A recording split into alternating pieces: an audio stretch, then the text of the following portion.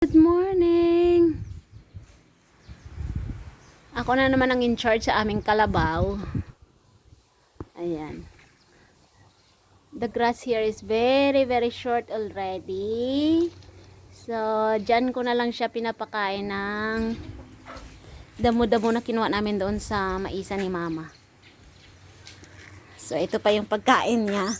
Yung kinukuha namin doon sa taniman namin.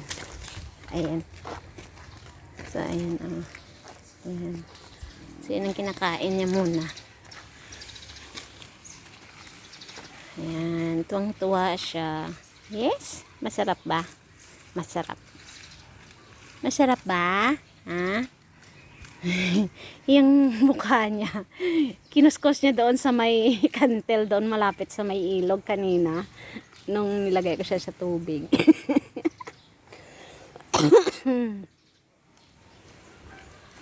Kailangan kong matutunan kung paano paanohin. Kanina pagkuha ko sa kanya doon kasi siya itinali doon sa kabila banda.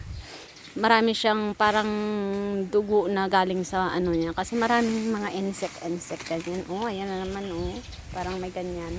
Kanina ang dami. Ngayon medyo malinis na siya. Kasi nilagay ko siya sa tubig. Tapos pag akyat niya, kinuskos niya yung mukha niya na palaging, ayan o, tingnan, ay, pinapakita, ayan. Kinuskos niya doon sa may kantel, kaya may lupa na.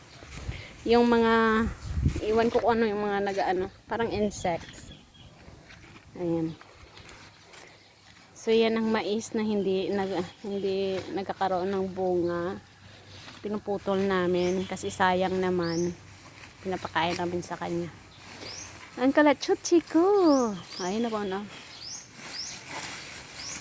Ayan. Puputulin ko yung mga damo-damo dyan. Ipapakain ko din sa kanya. Guguntingin ko lang. Ang aming subakuran namin. Ayan. May avocado. Karabaw? Sarap ba? Masarap?